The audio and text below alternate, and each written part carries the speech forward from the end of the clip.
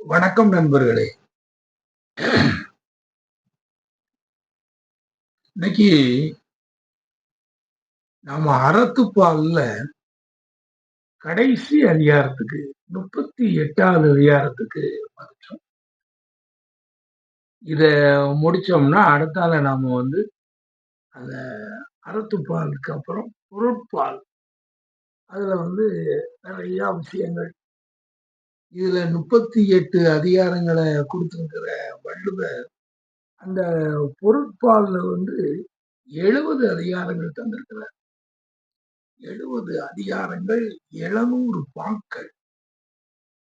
700 பாக்கள்ல அவர் 70 subject matter ஒவ்வொன்றும் பற்றியும் 70 subject matter பத்தி நல்ல விரிவாக பேசியிருக்காரு, நிறைய சொல்லியிருக்காரு. இத நாம அப்படியே ஏற்றுக்கணும். அந்த அளவுக்கு ஏற்றுக்கிட்டதோட மட்டும் இல்லாம நாம எல்லா இடங்களையும் இத நாம தெரிவிக்கணும். சரி, அது வரும்போது நம்ம அதை பார்ப்போம். இப்ப என்னன்னா இந்த இந்த ஊழ்ங்கிற அதிகாரம் பொதுவாகவே கொஞ்சம் ஒரு கஷ்டமான ஒரு அதிகாரம். முதல்ல இது இது ஒரு மூட நம்பிக்கையாக கருதக்கூடிய ஒரு சூழ்நிலை எல்லாம் இருக்கு. ஊழ்ங்கிறது ஒரு மூட நம்பிக்கை, அப்படிலாம் எதுவுமே கிடையாது அப்படின்னு சொல்லி இருக்கு. அத பெரிய பெரிய அறிஞர்கள்லாம் அப்படியே அந்த மாதிரி கொள்கை உணர்வோட இருக்கிறவங்க இருக்காங்க. ஆனா பெரும்பாலானவர்கள்ல அது எப்படிப்பட்ட ஒரு ஊழ்னா என்ன அப்படிங்கிற அந்த விஷயத்துல நிறைய பேருக்கு ஒரு சரியான முடிவுக்கு வர முடியல.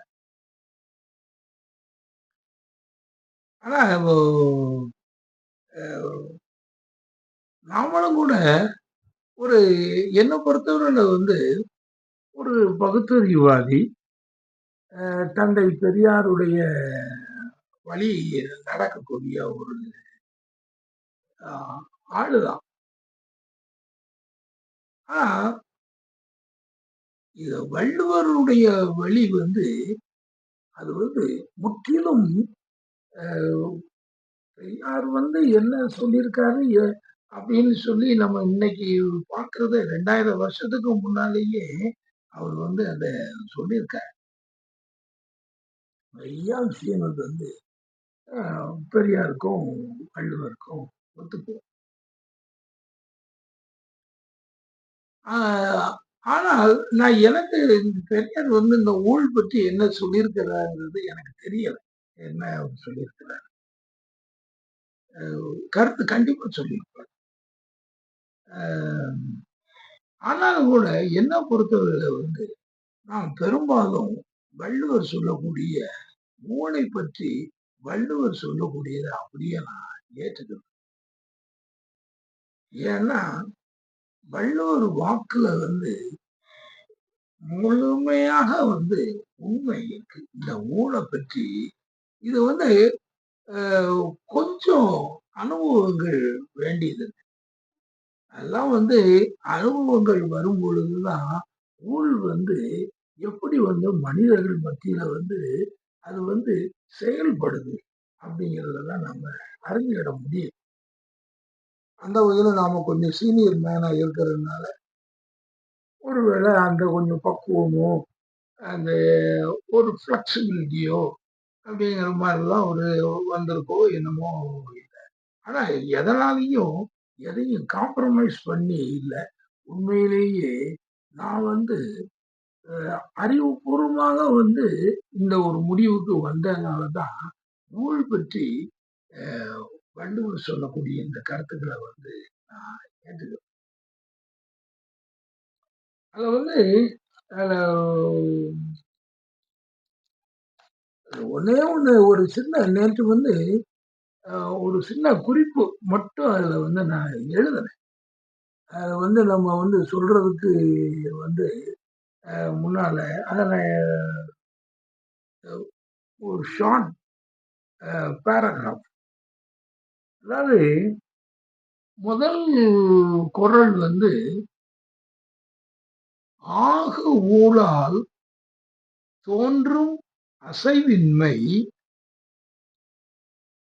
கைப்பொருள் போகு ஊழால் தோன்றும் மடி." இதான் முதல் குறள். ஆகக்கூடிய ஊழ், ஆகக்கூடிய போகக்கூடிய ஊழ் அப்படின்னு சொல்லி, அந்த ஊழ்ல வந்து நல்லது செய்யக்கூடியது, தீமை செய்யக்கூடியது அப்படின்னு சொல்லி ஒரு 2 இது சொல்றார். அப்படி சொல்லும் பொழுது, அ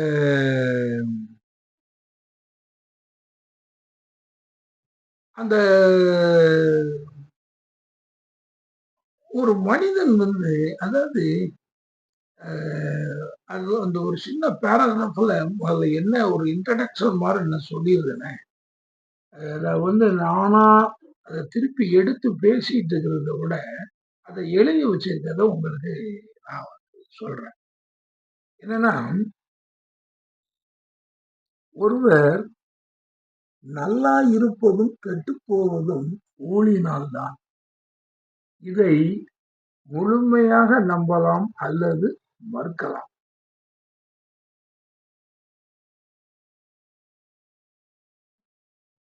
ஆனால் ஒன்று மட்டும் நிச்சயம். பிறக்கும் ஒவ்வொருவரும் இருவேறு நபர்களின் அங்கமாகவே பிறக்கிறோம். அம்மா, அப்பா. ஆதலால் அவர்களின் சுபாவங்களை, குணங்களை பெற்றே பிறக்கிறோம். இது நம் கையில் இல்லை. இதுவே நம்மை பெரும்பாலும் தீர்மானிக்கிறது. இதைத்தான் ஊழ் என்று வள்ளுவர் சுட்டிக்காட்டுகிறார். இதை நாம் ஏற்றுத்தான் ஆக வேண்டும். மூட நம்பிக்கை என்று ஒதுக்கிவிட முடியாது.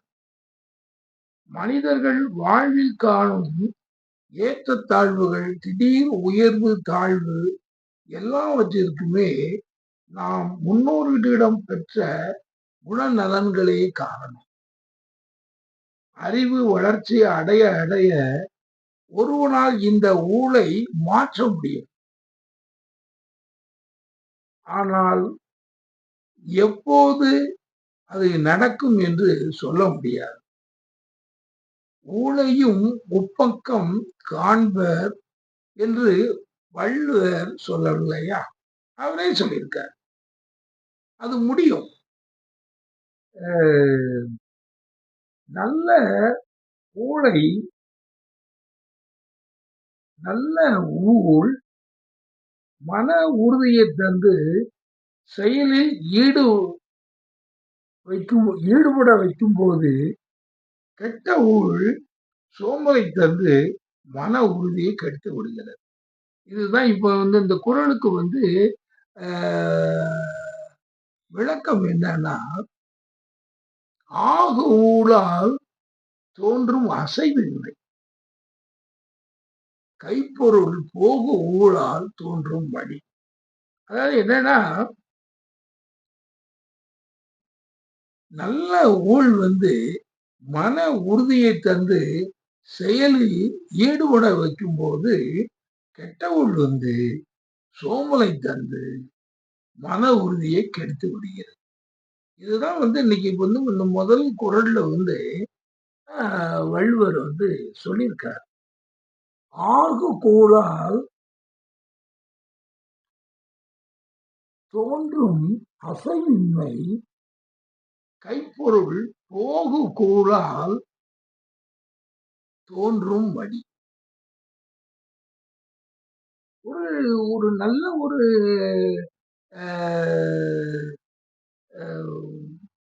அந்த ஊழலுடைய செயல்பாடுகள் வந்து நமக்கு வந்து பயன் தரக்கூடியதாக வந்து இருக்கும் பொழுது, அதுல வந்து என்ன ஆகுதுன்னா, ஆகு ஊழால் தோன்றும் அசைவின்மை. அந்த ஒரு நம்மளுடைய நேரம் நல்லா இருக்குன்னு சொல்றோம். அப்படிங்கும்போது ஒரு மனிதனுக்கு வந்து அவனுடைய நல்ல நேரம் வந்து அவனுக்கு இருக்கும் பொழுது, அதுதான் வந்து அந்த ஊழ் அப்படின்னு. அவனுக்கு நல்ல நேரம் இருக்கும்போது, ஆக ஊழால் தோன்றும் அசைவின்மை. அது வந்து அவனுக்கு வந்து அ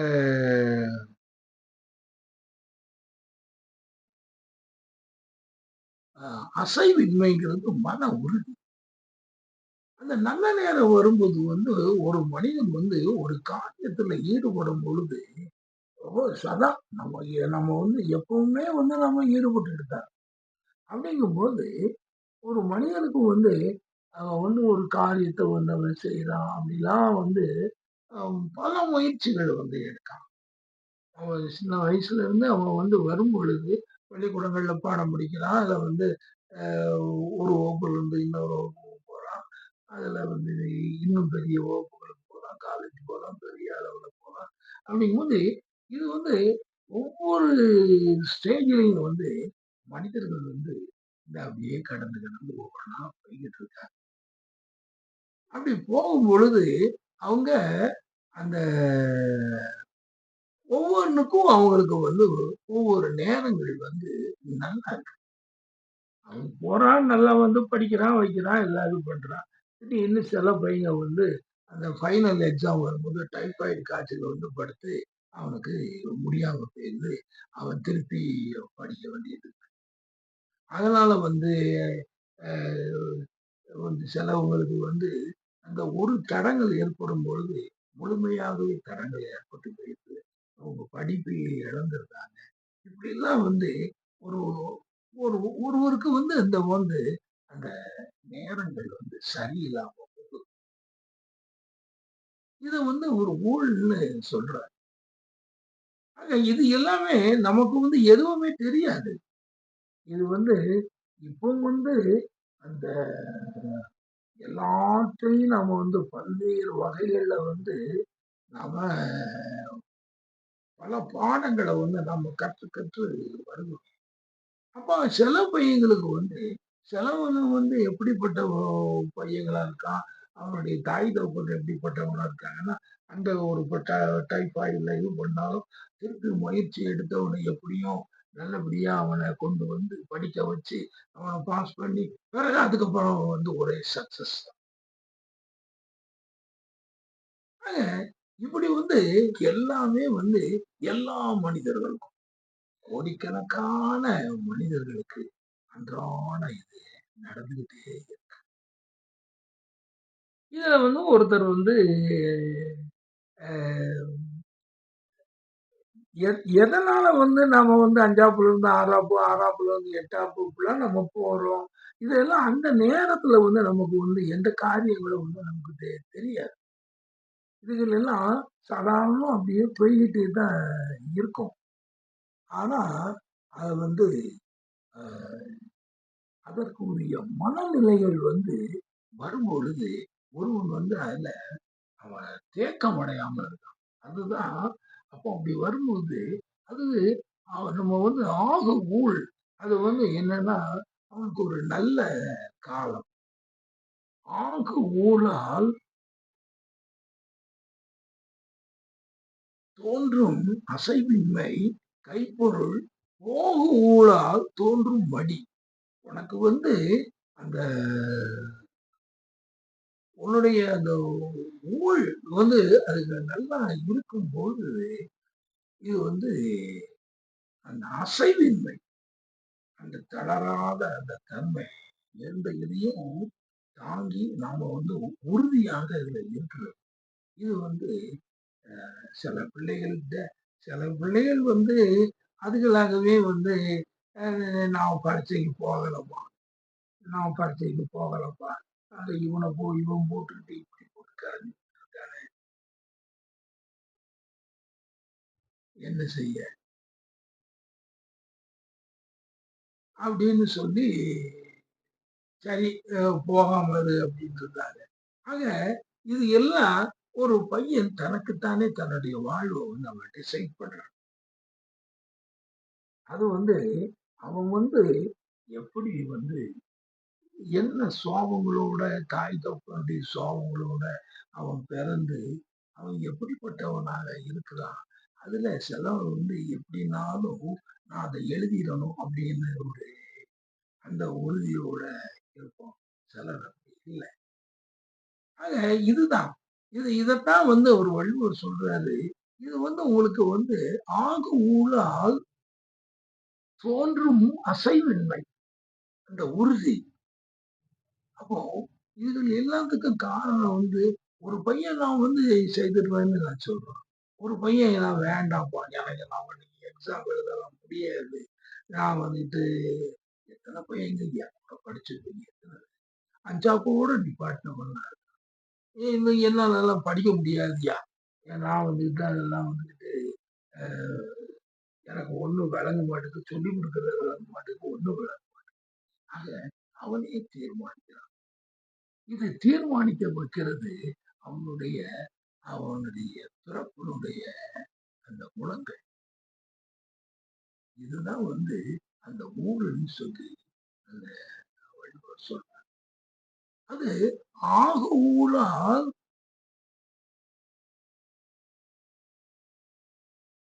தோன்றும் அசைவின்மை ஓகு ஊழால் தோன்றும் மடி. அப்போ அது வரும்பொழுது அப்படிப்பட்ட பையன்கள் எல்லாம் எப்படியோ வந்து இருக்காங்க. படிச்ச பையங்க எப்படியோ வந்து படிச்ச பையன்கள்லயும் இப்ப என்ன பொறுத்தவரையில நீங்க எடுத்துக்கிட்டீங்கன்னா, நான் அந்த பிஏ படிச்சு முடிக்கும் பொழுது அ வந்து அதாவது அதான் அந்த கெட்ட நேரம். அந்த ஆக்க ஊழால் தோன்றும் அசைவின்மைங்கிறது வந்து அந்த உறுதி வரல. வந்து ஃபெயில் ஆகுறது, அந்த படிப்ப வந்து சீரியஸா எடுக்கிறது இல்ல. அப்படி எடுக்காம போம்போது, என் கூடயே உள்ளவங்க வந்து அதுக்கப்புறம் எம்ஏ படிக்கிறாங்க. எம்ஏ படிச்சு காலேஜ்ல லெக்சரரா வர்றாங்க. அப்ப பாருங்க. அப்போ ஏன் வந்து அவன் அப்படி செய்தான், நான் ஏன் இப்படி செய்தேன் அப்படின்னு பார்க்கும்போது, என்னுடைய நிலை, எனக்கு உள்ள நிலை வந்து நான் இப்படி என் கூடவே இருந்தவன், அவன் எம்ஏ படிச்சு எவ்வளவோ இன்னைக்கு பெரிய அளவுல இருக்கான். ஆக இப்படி வந்து நடக்கக்கூடியதுக்கு வந்து நம்ம என்ன செய்ய முடியும்? இதுக்கு காரணம் வந்து என்னன்னு ஒரு மனிதன் கிட்டயே அந்த காரணங்கள் வந்து அவன்கிட்ட இல்ல. அதுக்கப்புறம் வந்து பிறகு வந்து ஒரு கட்டத்துல வந்து அந்த படிப்ப வந்து திருப்பி படிச்சு, அதுகளை எல்லாம் வந்து வந்திருக்க முடியுமான்னா, வந்திருக்கலாம். அப்பவும் நான் வந்து பின்தங்கல. எவ்வளவோ விஷயங்கள் வந்து அந்த அந்த ஊழ் வந்து என்ன குடுத்திருக்கோ, அந்த லெவல விட்டு எ எழும்ப முடியல. நான் என்ன மனநிலையில, என்ன விதமான குணங்களோடு நான் பிறந்தனோ, அத விட்டு என்னால போக முடியல. ஆனா, என்னமோ வந்து இந்த படிப்புங்கிறத வந்து நம்ம வந்து எப்பவுமே வந்து படிச்சுக்கிட்டே இருந்ததுனால, ஒ ஒரு இது தெரியுது. இந்த மற்ற புத்தகங்களும், மற்றதுகளையெல்லாம் படிக்கக்கூடியவன், உன்னுடைய கால நேரத்துல வந்து ஒரு குறிப்பிட்ட ஆண்டுகளுக்குள்ள நீ முடிக்கக்கூடிய ஒரு சப்ஜெக்ட்ட முழுவதுமாக இருந்து முடிச்சு, அதுல நீ வெற்றி அடைஞ்சிருந்தா, இன்னைக்கு வந்து நீ வந்து இன்னைக்கு பெரிய ஆளு. அது தெரியல. ஆக இந்த மனம் வந்து இந்த சாதாரணமா வெளியில உள்ள புத்தகங்கள் அங்க போய் படிக்கிறது, இங்க படிக்கிறது. ஆனாலும் கூட இதுகளை எல்லாம் எவ்வளவோ காலமா படிச்சுக்கிட்டு இருந்ததுனால, திருப்பி வந்து ஒரு எழுதக்கூடிய ஆற்றல் வந்து பேசக்கூடிய ஆற்றல். ஆனாலும் நம்முடைய முன்னேற்றம் வந்து அது வந்து பார்க்கும் பொழுது இதுதான் வந்து ஏன் வந்து இப்படி அப்படின்னு பார்க்கும்போது, மொத்தத்துக்கு வந்து நம்முடைய ஊழ், நம்முடைய டைம், நம்முடைய அறிவு அதுகளையெல்லாம் திருப்பி வந்து அதுக்கப்புறம் அதுகளையெல்லாம் எதனால அப்படிங்கிறத வந்து எவ்வளவு காலம் கழிச்சதுக்கு அப்புறம் நம்ம தன்னைத்தானே உணரக்கூடிய அந்த அறிவை வளர்க்கும் போதுதான், ஆஹா, இந்த காலகட்டங்கள் எல்லாம் நம்ம வந்து சரியான முறையில அவன் செய்தான், கூட உள்ளவன் அதை செய்தான், யாரும் சொல்லித் தரல, சொல்லித் தர்றதுக்கு வழி இல்லை, சொல்லித் தர்றதுக்கு தாய் தகவனுக்கு தெரியாது. அந்த வந்து படிக்கிறதுக்கு உள்ள அந்த புத்தி இல்ல.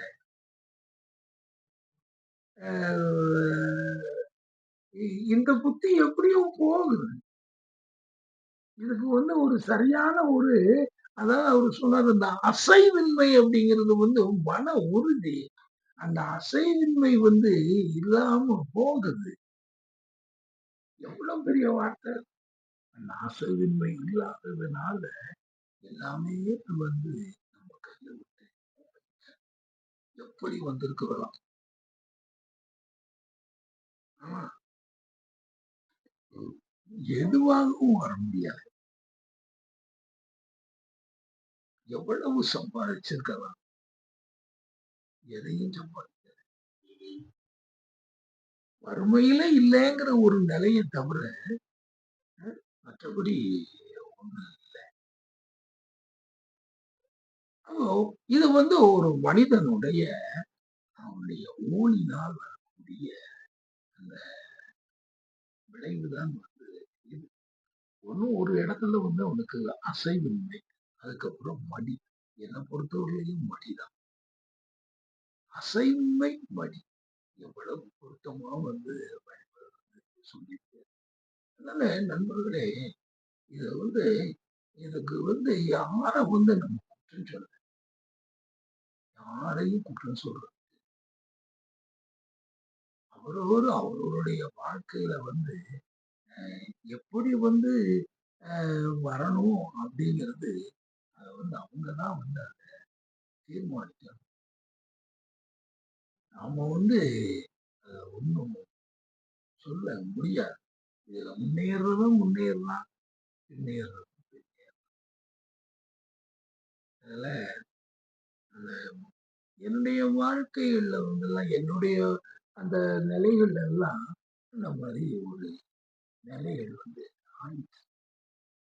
ஆனாலும் கூட இதுகளை எல்லாம் வந்து அந்த ஊழையும் உப்பக்கம் காண்பர் அப்படிங்கிற அந்த இதுல வந்து அதுக்கப்புறம் வந்து வள்ளுவர் சொன்னது தெரிஞ்சதுக்கு பிறகுதான் இதை வந்து நம்ம போக்குறதுக்கு என்ன செய்யணுங்கிறத பற்றி சிந்திச்சு அதுல ஒரு முயற்சி எடுத்தோம். இன்னைக்கு முயற்சி எடுத்ததுனாலதான் இன்னைக்கு வள்ளுவத்தை வந்து இவ்வளவு தூரத்துக்கு படிச்சு மக்களுக்கு விளக்கம் சொல்லி இந்த வள்ளுவருடைய நெறிய வந்து பரப்பணும் அப்படின்னு ஒரு எண்ணம் இருக்கு. ஆகவே நண்பர்களே, இந்த முதல் குரல்ல நாம இவ்வளவு பார்த்திருக்கோம். அடுத்தாக மற்ற குரல்கள் என்ன சொல்றாங்க பார்ப்போம். அதுவரை நன்றி கூறி விடுபடுகிறேன். வணக்கம்.